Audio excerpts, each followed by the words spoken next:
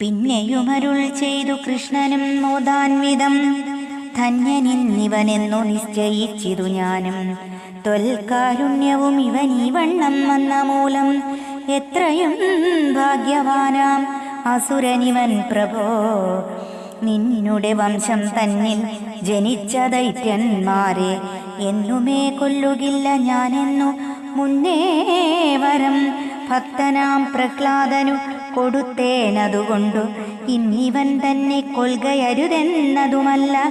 ത്വൽഭക്തനിവൻ പിന്നെ ത്വൽഭക്തൻ മൽഭക്തനും, ഇത്തരം ഭേദമില്ലെന്നുത്തമമിത്തമെന്നും ചിന്തിക്കിൽ ഭവാനും ഇങ്ങിത്തരം തന്നെ ഞാനും.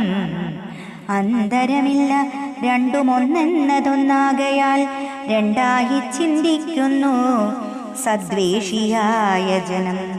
രണ്ടായിട്ടറിയുന്നിതജ്ഞാനമതത്താലേ, അജ്ഞാനമതത്തിനാൽ നരകം ഫലപ്രദം. വിജ്ഞാനി ജനമദ്വൈതാത്മാക്കൾ ഭക്തോത്തമ ആകയാൽ തൻ്റെ പാർഷദോത്തമനാകുമിവനേതുമേ ഭീതിയുണ്ടായി വരികയില്ലതാനും. നാലു ബാഹുക്കളിവനുണ്ടാകുമിനി മഹി പാലിച്ചു വസിച്ചിടും കാരുണ്യവാരാനിധേ. എത്രയും മതം ഇവനുള്ളതു കളവാനായി ഹസ്തങ്ങളെല്ലാം മുറിച്ചിന്നു ഞാൻ കളഞ്ഞതും. ഭൂഭാരം തീർത്തിടുവാൻ സൈന്യത്തെയൊടുക്കിനേൻ.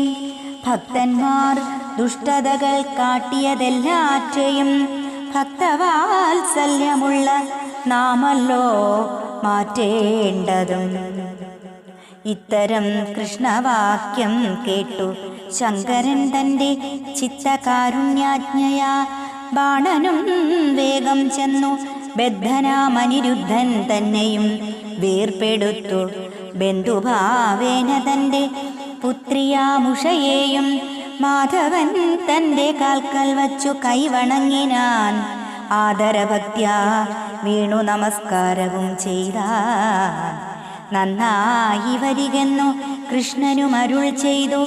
പിന്നെ ബാണനുമേറ്റം ധനരത്നങ്ങളെല്ലാം കന്യകാധനം നൽകി.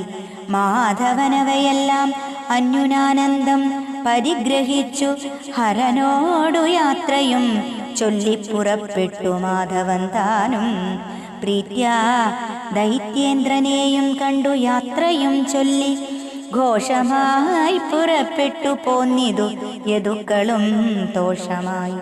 ശിവൻ ബാണൻ തന്നുടെ അരികത്തു വാണിടുമനിശവും സർവകനല്ലോ ശിവൻ പ്രാണവല്ലഭയോടുമനിരുദ്ധാദികളും.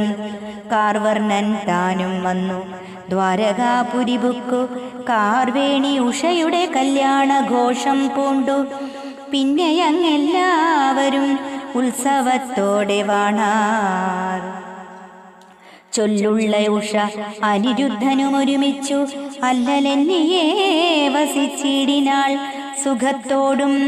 പിന്നെ യാദവന്മാരും രാമകൃഷ്ണന്മാരും അങ്ങൊന്നിച്ചു മോദത്തോടെ വാണിതങ്ങെല്ലാവരും.